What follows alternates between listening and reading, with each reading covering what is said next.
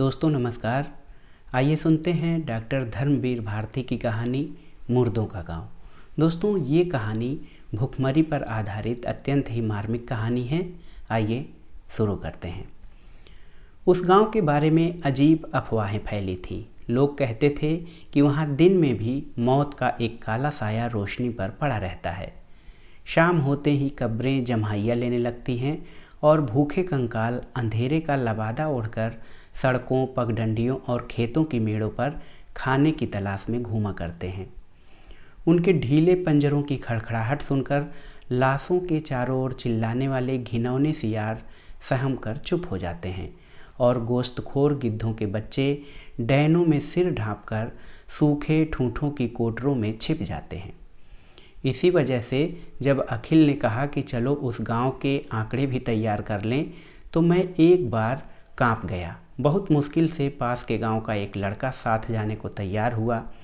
सामने 2 मील की दूरी पर पेड़ों के झुरमुटों में उस गांव की झलक दिखाई दी। मील भर पहले से ही खेतों में लाशें मिलने लगी। गांव के नज़दीक पहुंचते पहुंचते ये हाल हो गया कि मालूम पड़ता था भूख ने इस गांव के चारों ओर मौत के बीज बोए थे और आज सड़ी लाशों की फसल लहलहा रही है। कुत्ते, गिद्ध, सियार और कौवे उस फसल का पूरा फायदा उठा रहे थे। इतने में हवा का एक तेज झोंका आया और बदबू से हम लोगों का सिर घूम गया, मगर फिर जैसे उस दुर्गंध से लदकर हवा के भारी और अधमरे झोंके सूखे बांसों के झुरमुटों में अटक कर रुक गए। सामने मुर्दों के गांव का पहला झोपड़ा देख पड़ा और 3 ओर की दीवारें जिसकी गिर गई थी और एक ओर की दीवार के सहारे आधा छप्पर लटक रहा था। दीवार की आड़ में एक कंकाल पड़ा था और साथ वाला लड़का रुका। यह निताई धीवर है। कहाँ? अखिल ने पूछा। वह निताई धीवर सो रहा है। लड़के ने कंकाल की ओर इशारा किया। वो धीवर था और गांव का सबसे पट्टा जवान अकाल पड़ा। भूख से उसकी माँ मर गई। उसके पास खाने को न था। फिर लकड़ी लाकर चिता सजाना तो असंभव था। उसने अपनी नाव बाहर खींची, माँ के शरीर को नाव में रखा, ऊपर से सूखी घास रखी और आग लगा दी। रहा सहा सहारा भी चला गया और एक दिन वह भी यहाँ भूखा सो गया और यहीं इसी जगह उसकी माँ ने भी दम तोड़ा था। वो लड़का बोला। हवा का झोंका फिर चला और खोखले बांसों से गुजरती हुई हवा सन्नाटे में फिसल पड़ी। लड़का चीख पड़ा। वह सांस ले रही है। सुना नहीं आपने? कौन? वह जुलाहिन सांस ले रही है। क्या वाहियात बकता है, अखिल ने झुझलाकर डांटा। कौन जुलाहिन? आपको नहीं मालूम? वह सामने झोपड़ी है ना, उसी में जुलाहे रहते थे। उसमें से 3 भूख से मर गए। सिर्फ रह गए जुलाहा, जुलाहिन और उनका करघा। मगर भूख से उनकी नसें इतनी सुस्त थीं कि करघा भी बेकार था। उन्होंने पास के जंगल से जड़ें खोदकर खानी शुरू की। उनके दांत नुकीले हो गए जैसे सियारों की खीसें। जुलाहा बीमार पड़ गया। जुलाहिन जड़ें खोदने जाती थी। एक दिन जड़ें खोदते वक्त खुरपी उसके कमज़ोर हाथों से फिसल गई और बाएं हाथ की तर्जनी और अंगूठा कटकर गिर गया। जब वह घर पहुंची तो भूखा और बीमार जुलाहा झल्ला उठा और चिल्लाकर बोला, निकल जा मेरे घर से। अब तू बेकार है, न करघा चला सकती है न जड़ें खोद सकती है। तब से जुलाहिन का पता नहीं है, मगर कुछ लोगों का कहना है कि वह भूत बनकर गांव की कब्रों के पास घूमा करती है। वह अभी भी सांस ले रही थी। सुना नहीं आपने? अखिल ने मेरी ओर देखा और मैंने अखिल की ओर। हम दोनों आगे बढ़े और जुलाहों के झोपड़े में घुसे। लड़का ठिठका, मगर हिम्मत दिलाने पर वह भी आगे बढ़ा। हम लोग अंदर गए। लड़के ने अंदर से किवाड़ बंद कर लिए और हम लोगों से सटकर खड़ा हो गया। वह डर से कांप रहा था। सामने आंगन में 3 कब्रें आसपास खुदी हुई थी। बीच की कब्र में एक बड़ा सा छेद था। उसमें से एक बिज्जू निकला और हम लोगों को डरावनी निगाहों से पल भर देखकर सिर झटका और फिर कब्र में घुस गया। आंगन में किसी मुर्दे के सड़ने की तेज़ बदबू फैल रही थी। अखिल ने अपना कैमरा संभाला और फोटो लेने की तैयारी की। इतने में पीछे के किवाड़ खटक उठे। मेरे रोंगटे खड़े हो गए। अखिल बोला, कोई सियार होगा।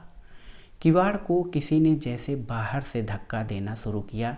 मैंने सोचा शायद जिंदा आदमी की गंध पाकर गांव भर के मुर्दे हम पर हमला करने आ गए हों। मेरे खून का कतरा कतरा डर से जम गया। लड़का बुरी तरह चीख पड़ा। अखिल धीमे धीमे गया, वह धीरे से किवाड़ खोल दिया। उसके बाद बुरी तरह चीख कर भागा और मेरे सामने आकर खड़ा हो गया।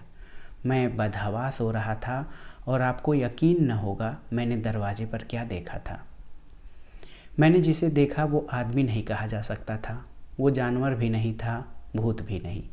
एक औरत नुमा शक्ल जिसकी खाल जगह जगह पर लटक आई थी, सिर के बाल झड़ गए थे, निचला होठ झूल गया था और दांत कुत्तों की तरह नुकीले थे।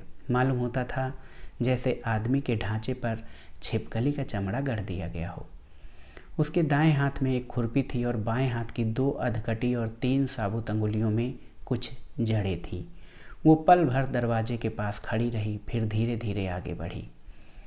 मैं चीखना चाहता था मगर गला जवाब दे चुका था। वो हमारे बिल्कुल पास आकर खड़ी हो गई, जड़ें ज़मीन पर रख दी और अपने 3 अंगुलियों वाले हाथों को मुंह के पास ले जाकर कुछ खाने का इशारा किया। हम लोगों की जान में जान आई। वह भूखी है, वह आदमी ही होगी, क्योंकि भूख आदमियत की पहचान है। अखिल ने अपने झोले में से केला निकाला और उसकी तरफ फेंक दिया। उसने केला उठाया और मुंह के पास ले गई, मगर फिर रुक गई, उठी और झोपड़ी के दूसरी ओर चल दी। हम लोगों को कुतूहल हुआ, हम लोग भी पीछे पीछे चले। वह औरत सहन के एक कोने में गई। वहीं एक मुर्दा था जिसकी सड़ाध आंगन में फैल गई थी। देहाती लड़के ने उसे देखा और पहली बार उसके मुख से आवाज़ निकली, जुलाहा, ये तो जुलाहे की लाश है। यह जुलाहिन उसे भी भूत बनाने आई है। जुलाहिन लाश के पास आई। लाश सड़ रही थी और उसमें चींटियाँ लग रही थीं। उसने केला और जड़ें लाश के मुंह पर रख दी और हंसी। हंसी की आवाज़ मुंह से नहीं निकली, मगर खीसों को देखकर अनुमान किया जा सकता है कि वो हंसी होगी। दूसरे ही क्षण वो बैठ गई और मुर्दे की छाती पर सिर रखकर सुबकने लगी। ये जुलाहिन है, मगर यह तो कम से कम 70 बरस की होगी। 70 बरस? No, it is dropsy. देखते नहीं, जहरीली जड़ें खाने से इसकी नसों में पानी भर गया है, मांस झूल गया है। अखिल बोला, इस मुर्दे को हटाओ वरना ये भी मर जाएगी। उसके बाद हम लोग झोपड़े के भीतर आए। पास में एक गड्ढा था। सोचा इसी में लाश डाल दी जाए। भीतर आए, लाश के पास से जुलाहिन को हटाया और उसकी लाश भी एक ओर लुढ़क गई। मैं घबरा गया, बेहोश सा होने लगा। अखिल ने मुझे संभाला। हम लोग थोड़ी देर चुप रहे। फिर मैं बोला भारी गले से, अखिल, उंगलियां कट जाने पर यह निकाल दी गई। फिर किस बंधन के सहारे, आखिर किस आधार के सहारे ये मरने से पहले जुलाहे के पास आई थी जड़ें लेकर? क्यों? अखिल चुप रहा।